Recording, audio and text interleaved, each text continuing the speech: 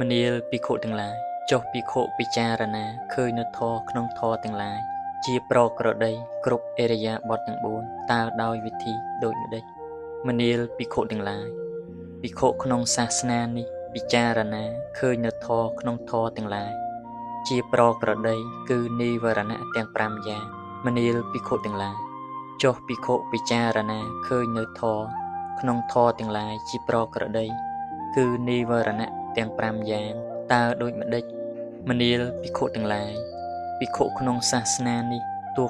កាមឆន្ទៈមាននៅក្នុងសន្តានចិត្តនៃខ្លួនក៏ដឹងច្បាស់ថាកាមឆន្ទៈមាននៅក្នុងសន្តានចិត្តរបស់អាត្មាឯងទោះកាមឆន្ទៈមិនមាននៅក្នុងសន្តានចិត្តនៃខ្លួនក៏ដឹងច្បាស់ថាកាមឆន្ទៈមិនមាននៅក្នុងសន្តានចិត្តរបស់អាត្មាឯងទោះកាមឆន្ទៈដែលមិនទាន់កើតឡើងហើយកើតឡើងបានដោយហេតុណាក៏ដឹងច្បាស់នៅហេតុនោះផងកិរិយាលះបង់នៅកាមឆន្ទៈដែលកើតឡើងហើយដោយហេតុណាក៏ដឹងច្បាស់នៅហេតុនោះផងកាមឆន្ទៈដែលលះបង់បានហើយមិនកើតតទៅទៀតដោយហេតុណាក៏ដឹងច្បាស់នៅហេតុនោះផងទោះព្យាបាទមាននៅក្នុងសន្តានចិត្តនៃខ្លួនក៏ដឹងច្បាស់ថាព្យាបាទមាននៅក្នុងសន្តានចិត្តរបស់អាត្មាឯងទោះព្យាបាទមិនមាននៅក្នុងសន្តានចិត្តនៃខ្លួនក៏ដឹងច្បាស់ថាព្យាបាទមិនមាននៅក្នុងសន្តានចិត្តរបស់អាត្មាឯងទោះព្យាបាទដែលមិនទាន់កើតឡើងហើយកើតឡើងបានដោយហេតុណាក៏ដឹងច្បាស់នៅហេតុនោះផងកិរិយាលះបង់នៅព្យាបាទដែលបានកើតឡើងហើយដោយហេតុណាក៏ដឹងច្បាស់នៅហេតុនោះព្យាបាទដែលលះបង់បានហើយមិនកើតតទៅទៀតដោយហេតុណាក៏ដឹងច្បាស់នៅហេតុនោះផងទោះថៃណមិទ្ធៈមាននៅក្នុងសន្តានចិត្តនៃខ្លួនក៏ដឹងច្បាស់ថាថៃណមិទ្ធៈមាននៅក្នុងសន្តានចិត្តអាត្មាឯងទោះថៃណមិទ្ធៈមិនមាននៅក្នុងសន្តានចិត្តនៃខ្លួនក៏ដឹងច្បាស់ថាថៃណមិទ្ធៈមិនមាននៅក្នុងសន្តានចិត្តរបស់អាត្មាឯងទោះថៃណមិទ្ធៈដែលមិនទាន់កើតឡើងហើយកើតឡើងបានដោយហេតុណាក៏ដឹងច្បាស់នៅហេតុនោះផងកិរិយាលះបង់នៅថៃណមិទ្ធៈដែលកើតឡើងហើយដោយហេតុណាក៏ដឹងច្បាស់នៅហេតុនោះផងថៃណមិទ្ធៈដែលលះបង់បានហើយមិនកើតទៅទៀតដោយហេតុណាក៏ដឹងច្បាស់នៅហេតុនោះផងទោះឧទ្ធិចៈកុក្កចៈមាននៅក្នុងសន្តានចិត្តនៃខ្លួន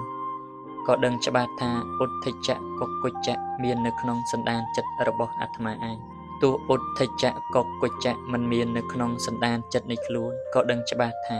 ឧទ្ធិចៈកុក្កចៈមិនមាននៅក្នុងសន្តានចិត្តរបស់អាត្មាឯងទោះឧទ្ធិចៈកុក្កចៈដែលមិនទាន់កើតឡើងហើយកើតឡើងដោយហេតុណាក៏ដឹងច្បាស់នៅហេតុនោះផងការលះបង់នៅឧទ្ធិចៈកុក្កចៈដែលកើតឡើងហើយដោយហេតុណាក៏ដឹងច្បាស់នៅហេតុនោះផងទោះឧទ្ធិចៈកុក្កចៈដែលលះបង់បានហើយមិនកើតតទៅទៀតដោយហេតុណាក៏ដឹងច្បាស់នៅហេតុនោះផងទោះវិចិកិច្ឆាមាននៅក្នុងសន្តានចិត្តនៃខ្លួនក៏ដឹងច្បាស់ថាវិចិកិច្ឆាមាននៅក្នុងសន្តានចិត្តរបស់អាត្មាឯងទោះវិចិកិច្ឆាមិនមាននៅក្នុងសន្តានចិត្តនៃខ្លួនក៏ដឹងច្បាស់ថាវិចិកិច្ឆាមិនមាននៅក្នុងសន្តានចិត្តរបស់អាត្មាឯងទោះវិចិកិច្ឆាមិនទាន់កើតឡើងហើយកើតឡើងដោយហេតុណាក៏ដឹងច្បាស់នៅហេតុនោះផង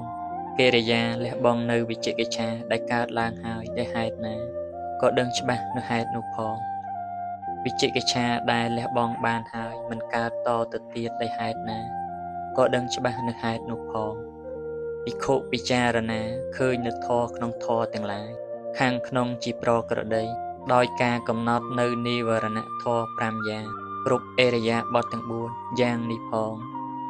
ពិចារណាឃើញនៅធម៌ក្នុងធម៌ទាំងឡាយខាងក្រៅជាប្រក្រតីគ្រប់អរិយាបថទាំង4ផងពិចារណាឃើញនៅធម៌ក្នុងធម៌ទាំងឡាយខាងក្នុងនិងខាងក្រៅជាប្រក្រតីគ្រប់អរិយាបថទាំង4ផងពិចារណាឃើញនៅធម៌ដែលជាទីប្រជុំកើតឡើងក្នុងធម៌ទាំងឡាយជាប្រក្រតីគ្រប់អរិយាបថទាំង4ផងពិចារណាឃើញនៅធម៌ដែលសូន្យទៅក្នុងធម៌ទាំងឡាយជាប្រក្រតីគ្រប់អរិយាបថទាំង4ផងពិចារណាឃើញនៅធម៌ដែលជាទីប្រជុំកើត ទាំងធរដែលសូនទៅក្នុងធរទាំងឡាយជាប្រក្រតីគ្រប់អេរយាបថទាំង4ផងមួយទៀតស្មារតីជាគ្រឿងកំណត់របស់ភិក្ខុនោះក៏ផ្ចង់ឡើងចំពោះថាធរទាំងឡាយមានមែនគ្រាន់តែជាទីកំណត់ដើម្បីឲ្យចម្រើនប្រាជ្ញា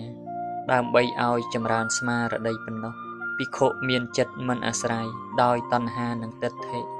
គ្រប់អេរយាបថទាំង4ផងមិនប្រគិប្រកាន់អ្វីតិចតួចក្នុងលោកផង